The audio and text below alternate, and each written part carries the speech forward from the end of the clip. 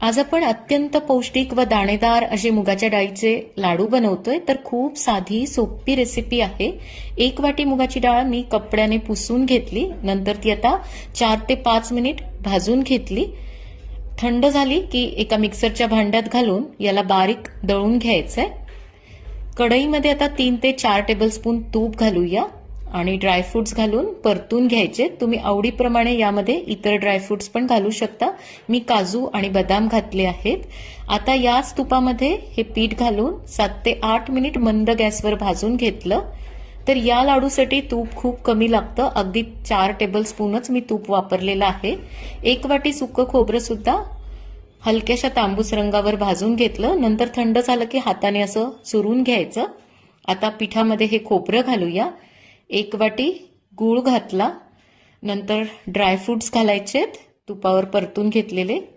अर्धा चमचा वेलची पूड घालूया.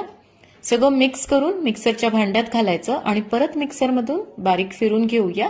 म्हणजे लाडू बांधायला सोपं जातं. मिक्सरमधून फिरून घेतल्यामुळे सगळं छान एकजीव झालेलं आहे.